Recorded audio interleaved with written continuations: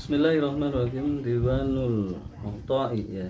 Jadi seksi santunan. Jadi ini salah satu yang amazing ya, kalau dalam bahasa kita itu amazing banget. Sistem negara Islam yang sangat-sangat luar biasa yang sekarang ini, meskipun ada yang mengatakan loh negara kita atau negara yang sekarang ini ada santunan, tetapi sebenarnya tidak lengkap atau tidak sempurna, hanya bagian-bagian ya. Misalnya kayak dinas sosial ya, di samping sering dikorupsi, juga salah sasaran, juga dimonopoli orang tertentu, tetapi itu masih umum, belum menyangkut yang lain-lain ya. Jadi Diwanul A'tha'i atau Diwan Santunan ya, seksi santunan ya. Yakunu mawdi'an lisajalatin man yara al-khalifatu a'da'ihi minal fuqara'i wal masakin. Jadi ini seksi ini adalah sebuah tempat di mana ditaruh atau ditempatkan di sajalatil ya, di arsip-arsip yang arsip-arsip itu terdapat bagian-bagian yang akan diberikan santunan ya. Man, siapa saja yarul khalifatu, yang seorang khalifah itu memandang pentingnya untuk i'ta'ihim minal fuqara, yang yakni mereka dikasih pemberian santunan bagi mereka dari kalangan siapa? Dari kan minal fuqara'i, orang-orang fuqara ya. Orang fakir ya. Orang fakir ini adalah orang yang penghasilannya itu tidak cukup kebutuhan. Kalau penghasilannya ngepas dengan kebutuhan itu namanya miskin, atau kurang dikit namanya miskin. Tapi kalau fuqara, fakir, itu lebih parah lagi. Jadi misalnya kebutuhan dalam satu bulan itu, misalnya kalau sekarang itu berapa ya misalnya ya, taruhlah 4 juta misalnya, 4 juta untuk 2 anak 3 anak ya. Nah kalau misalnya penghasilannya 2 juta itu sudah kategori fakir ya. Jadi ini yang debatable itu artinya orang-orang itu jahat sekarang ya. Orang-orang kaya itu atau para pengurus negara, para pejabat negara itu menjadikan titik rendah itu maksudnya orang dikategorikan fakir itu kalau misalnya penghasilannya itu 500.000, itu bohong, itu dusta banget ya. Orang gajinya 500.000 itu bisa apa? Beras saja sekarang 8.000 sama 10.000 1 liter. Nah kemudian kalau anaknya 3 1 liter lebih kan. Nah, kemudian belum cabai naik, kemudian belum LPG naik, kemudian listrik naik. Ini 500.000 dapat apa? Kadang-kadang kalau kita misalnya standar biasa ya, misalnya anak 5 misalnya, itu satu hari ya bisa mencapai 50 sampai 100.000 untuk ini ya, untuk bayar ini ya. Itu taruhlah misalnya 75.000, itu cuman 1 minggu udah berapa. Jadi kalau mengatakan orang kategori miskin itu adalah pendapatannya 500.000, itu angka dari mana, ngukurnya itu dari mana gitu.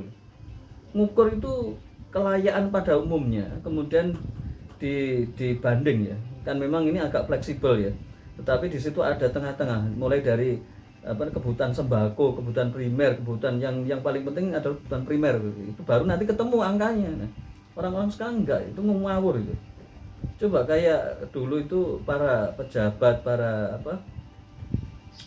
orang-orang kaya itu apakah bisa merasakan dengan penghasilan 500.000 itu ya, itu bisa hidup enggak ya. Mereka itu orang kayak artis saja kalau nggak punya duit 1,5 miliar itu stres. Karena apa? Kalau ini contoh artis saja ya, artis itu kehidupannya itu 1 bulan itu sekitar 50 juta. Ini itu dan sosnya. Itu artis. Kalau pejabat gimana, lebih gila lagi. Makanya mereka korupsi gitu loh. Korupsi ini akibat dari sebuah kebutuhan yang dijadikan kesenangan atau hobi yang dijadikan kebutuhan. Jadi, butuhnya itu hobi ya. Hobi makan, coba bayangkan hobi makan gimana ya. Nah ini bertolak belakang dari kondisi masyarakat yang susah payah, yang hidupnya serba kekurangan. LPG naik, listrik naik, cabai naik, berarti semua kalau naik ini semua akan naik. Beli jajan naik, beli gas naik, beli bensin naik, beli ini naik ya, karena sistem itu nggak bisa berdiri sendiri, nggak bisa terus terkait dengan satu sama lain ya. Nah ini yang ya paling tidak kita dakwah ya, sekali lagi kalau bagi kita, bagi orang beriman, makanya saya menyampaikan kalau secara pribadi itu saya pribadi nggak ngaruh itu artinya begini ya. Meskipun semua naik, meskipun berat, orang beriman itu oleh Allah dijanjikan hidup mereka itu berkah. Apa? Coba dilihat surat Al-Fussilat. A'udzubillahi minasyaitonirrajim. Bismillahirrahmanirrahim. Innalladzina qalu rabbuna Allah tsumma istaqamu tatanazzalu 'alaihimul malaika alla takhafu wa la tahzanu wa absyiru bil jannati allati kuntum tu'adun. Nahnu awliya'ukum fil hayatid dunya wa fil akhirah wa lakum fiha ma tastahi anfusukum wa lakum fiha ma tad'un. Nuzulan min ghafurir rahim. Jadi orang-orang yang mengatakan Tuhan kami adalah Allah, kemudian dia istiqomah melakukan ibadah, dia beriman, beramal soleh, maka Allah sampaikan alla takhafu wa la tahzanu wa absyiru bil jannati allati kuntum tu'adun. Ya. Jadi oleh Allah dijamin, jadi dunia itu oleh Allah dijamin cukup ya.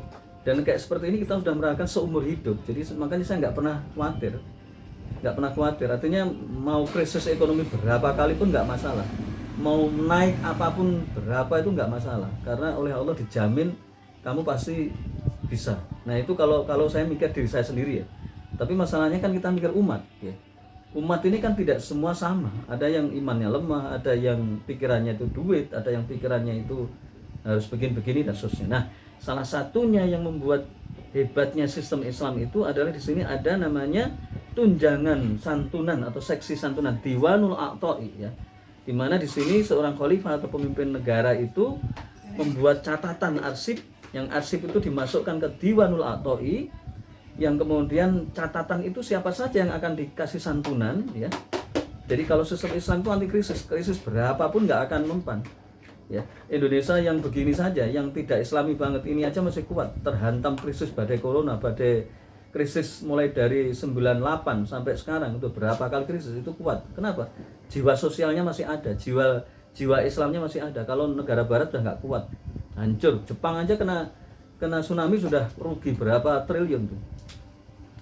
Yang pertama adalah fukoro. Fukoro ini tadi sudah saya jelaskan, namanya fakir atau fukoro jamaknya itu ya. Itu adalah penghasilannya di bawah dari kebutuhannya. Jadi kebutuhannya itu misalnya 1 juta misalnya aja ya. Dia penghasilannya 500.000 atau di bawah itu. Itu namanya fakir. Wal masakin, kalau miskin itu adalah antara kebutuhan dan ininya sama. Sama itu ya pas-pas, dia nggak bisa beli lain-lain, nggak bisa nabung, nggak bisa beli lain-lain, nggak bisa beli yang sekunder, itu namanya miskin, masih miskin. Nah, sekarang kalau kita ini miskin banyak ya. Indonesia itu tercatat di badan resmi catatan itu beberapa tahun yang lalu sekitar 22 juta orang miskin. Itu kalau angkanya berdasarkan pemerintah. Kalau berdasarkan agama, itu bisa 150 juta. Ini belum dihitung corona ya, kalau tentang corona kemarin ya. Jadi kalau kita hitung secara Islami, sebenarnya di Indonesia banyak orang miskin, ratusan juta ya. Kalau definisinya miskin itu adalah apabila kebutuhan itu dia tidak bisa mencukupi ya. Atau dia di atas fakir. Kalau fakir tadi sangat parah, jauh daripada kebutuhan. Jadi misalnya kebutuhan 1 juta, dia misalnya 500, itu kan jauh ya. Nah kalau miskin itu 700, 800, itu miskin. Kebutuhannya 1 juta, penghasilannya 800, kan masih kurang ya. Itu miskin ya. Nah Indonesia ini angkanya itu bisa ratusan juta ya. Nah supaya tidak malu, ditutupilah angka kemiskinan itu adalah begini. Begini itu artinya tipuan. Apakah pejabat-pejabat itu bisa hidup dengan daftar yang ditertera itu? Enggak. Inilah yang harus kita bongkar. Kita sampaikan ke tengah-tengah masyarakat bahwa mereka itu salah. Bukan saja salah masalah meriayah memberikan pelayanan kepada umat, tapi salah di dalam memahami syariat. Ya, syariat itu lebih baik daripada ini. Masakin dan orang miskin, yang kedua orang miskin ya, yang harus dikasih jatah ya, jatah santunan. Yang ketiga adalah muhtajina, orang-orang yang membutuhkan ya. Jadi orang-orang yang membutuhkan ini banyak, misalnya orang yang mau nikah tapi nggak punya duit ya. Itu kan, itu negara harus ngasih tunjangan ya. Jadi jangan di ini, makanya sekarang negara ini nggak punya peran sama sekali. Sekarang negara ini bener-bener waduh bobrok ini. Nah makanya paling tidak kita itu saling berjamaah itu begitu. Sekarang misalnya Mas Ali atau siapa yang butuh nikah ya, nanti kita bantu. Kalau saya sering bantu nyarikan jodoh, insya Allah saya punya stok banyak ya. Dari gadis sampai janda ada. Makanya sebelum yang lain ngambil tadi sudah tak tawarkan ke Pak Udin. Pak Udin mau nambah, ini ada, Eman ini. orang Betawi sudah punya rumah, punya anak banyak, punya cucu, cakep, umurnya 50 tapi cakep, putih, orangnya putih kayak Pak Udin. Kalau Pak Udin tuh putih-putih coklat,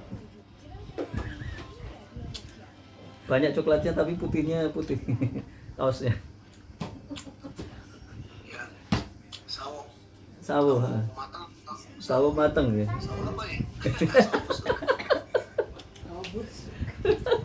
Kalau Pak Panca putih, orang Medan Pak putih ya. Kelainan. Jalek. Oh, kalau Sunda putih, Sunda putih ya. Orang Sunda itu yang coklat itu jarang, tapi kebanyakan putih. Ya. Jadi gitu ya. Jadi kita ini kita niatkan karena Allah, karena memang bantu ini luar biasa. Makanya kalau saya punya duit, kalau nggak punya bantu tenaga, pikiran, tak carikan. Termasuk tahadus minikmah ketika Pak Agung itu minta dana yang sekian, yang saya nggak punya duit ya, berapa puluh juta itu, 50 atau berapa atau 200 saya nggak tahu ya. Makanya karena saya pengen bantu dan pengen dapat pahala, tak carikan ke Pak Udin yang ini. Insya Allah mudah-mudahan berkah ya, mudah-mudahan berkah, saya dapat berkah, amin ya rabbal alamin ya. Nah, muhtajin ini kalau diterjemahkan banyak ya, orang yang butuh ya, butuh itu ketika waktu nikah, ketika waktu misalnya buka usaha. Nah, misalnya ini usaha UKM misalnya butuh 5 juta atau 10 juta yang buat gerobaknya, buat ini kan tidak semua orang nggak punya duit, ada yang nggak punya duit ya. Maka negara mencatat itu dan skala prioritas. Kalau negara nggak punya duit gimana? Ya nanti diberikan ke rakyatnya, kan ada ta'awun. Ini pokoknya dalam sistem Islam itu keren ya. Negara dulu, kemudian ketika negara mampu, kalau nggak mampu diberikan ke masyarakat. Masyarakat terakhir itu keluarga ya. Apalagi sistem Islam itu saling ta'awanu 'alal birri wa taqwa wa la ta'awanu 'alal ismi wal udwan. Jadi ibarat kata itu bukan satu-satunya cara negara ya. Negara ini secara formil memang negara harus ya. Tapi nanti ketika negara nggak punya duit, maka diberikanlah ke individu, misalnya yang kaya ngasih subsidi ke temannya ya, dan seterusnya. Ya itu ya. Jadi muhtajin ini banyak ya, orang mau nikah, orang mau buka usaha, orang mau butuh untuk beli sesuatu nggak punya duit, padahal itu penting. Misalnya orang ke rumah sakit ya.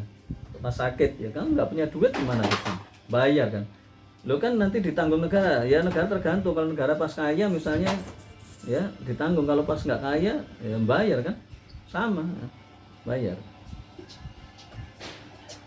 Namun dana ini orang yang berhutang, jadi dalam Islam tuh enak sekali ya. Karena apa? Karena nanti dikasih tahu lewat televisi, lewat WA, lewat medsos, lewat YouTube, lewat macam-macam, Twitter, Facebook dan seterusnya, bahwa wallahu fi aunil abdi makana abdu fi aunil akhi. Allah itu akan menolong hambanya di dunia dan di akhirat selama hambanya itu menolong saudaranya. Itu terus menerus ya. Jadi supaya orang yang punya duit itu keluar duitnya. Dan kenapa? Karena orang kalau punya duit terus nggak dimanfaatkan itu bisa dosa itu. Coba bayangkan. Jadi Rasulullah, Abu Bakar itu nggak pernah nyimpen duit. Ya ini kalau saya bicara hitam putih ya, hitam putih itu apa adanya. Orang sekarang banyak dosanya. Orang kaya-kaya sekarang itu saya kasihan. Kalau saya nggak punya duit wajar ya, karena memang duitnya kepakai terus. Tapi kalau orang-orang kaya terus kemudian menimbun uangnya, itu berbahaya, tapi dia nggak tahu kalau dia bahaya ya. Ini yang saya kasihan ya, orang yang punya duit kemudian duitnya itu tidak digunakan untuk kebaikan, itu ibarat kata rugi ya. Karena semua itu tidak ada istilah gratis, semua tidak ada istilah biasa-biasa, nggak ada. Bagi Allah itu nggak ada istilah biasa itu. Semua itu ada konsekuensinya ya. Ya, punya duit itu enak tapi nggak enak, nggak punya duit itu nggak enak tapi enak. Nggak punya duit ya, nggak enak di dunia, memang nggak enak, memang sedih nggak punya beli ini. Tapi kalau di akhiratnya itu bablas, enak. Tapi kalau punya duit itu enak memang di dunia, karena bisa beli ini bisa, tapi nggak enak di akhirat. Pertanggungjawabannya lama banget ya, apalagi kalau uangnya itu dibiarkan, nggak digunakan untuk kemaslahatan umat.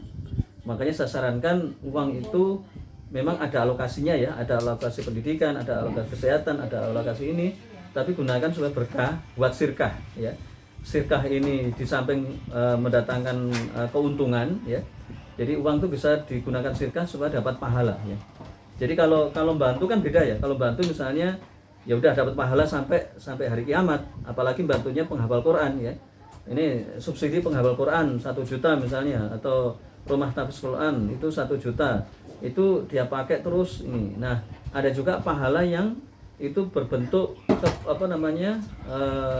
keuntungan sirkah, kerjasama. Jadi misalnya dia modalnya 5 juta dikelola, dia dapat kalau biasanya pemodal itu 40% ya, pekerjanya 60%. Atau 50-50 boleh lah.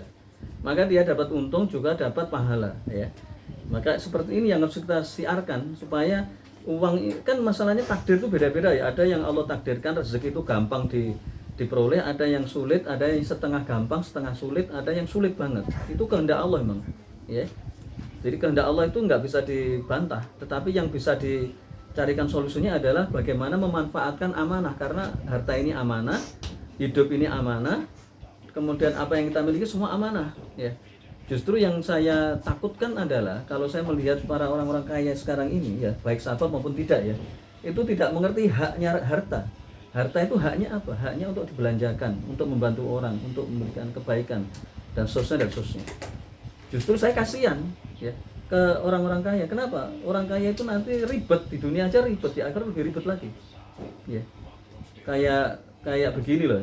Ketika saya diajak Pak Kiai Sirojudin ya, itu kiai di Depok itu ya, Ahsanul Amala, Ustadz, ayo kita jalan-jalan ke Cigudeg, di mana itu, di Bogor. Itu diceritakan, ini Ustadz, tanahnya jenderal ini, tanahnya jenderal itu, tanahnya pengusaha ini, tanahnya Tommy Winata, tanahnya Tommy Suharto. Saya tertawa aja ya. Kalau saya ditawari punya tanah segitu, saya nggak mau ya. Saya ditawari tanah 5.000 meter persegi di Gunung Bunder, saya tolak. Masalahnya bukan apa-apa, masalah saya belum siap amanah itu. Pak Udin tahu ini ya, 5.000 meter persegi di Gunung Bunder sudah saya survei itu, dan untuk villa keren, tapi saya tolak. Saya enggak. Itu dari Pak Mansur itu, Ustaz? Iya, betul. Jadi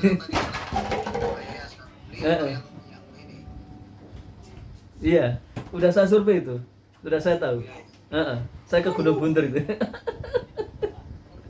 Nah, Pak, ya teman saya ambil aja tat. Ya, ambil batukmu itu. Kalau ambil enggak istiqomah ya nanti seksanya di yaumul kiamah itu ngeri. Saya kalau mau main curang gampang, dari dulu saya 60 juta tahun 2000. Tahun ini tat 60 juta masuk itu pohon-pohon. Pohon-pohon jin. Moh lah. 60 juta tahun 2000, kalau sekarang berapa? 200 juta lebih. Nggak mau, takut dosa. Itu ya. Nah, yang 1, 2, 3, 4, yang 4 orang punya hutang ya, punya hutang. Makanya tolong nanti yang dicatat yang punya hutang, nah nih, bantu itu. Pahalanya besar banget ya, Pak. Jadi wallahu fi aunil abdi, ini tolong dihafalkan ya. Wallahu, dan Allah fi aunil abdi akan menolong hambanya. Makana abdi fi aunil akhi, selama hambanya itu menolong saudaranya. Jadi Allah akan menolong hambanya di dunia dan akhirat ya, selama hambanya itu menolong saudaranya ya. Jadi membebaskan hutangnya, melunasi hutangnya, memberikan kemudahan, meminjemin, ngasih biaya ya. Jadi sebenarnya ketika kemarin Pak Wid ngadakan itu namanya bisnis ya. Jadi itu saya kasih appreciate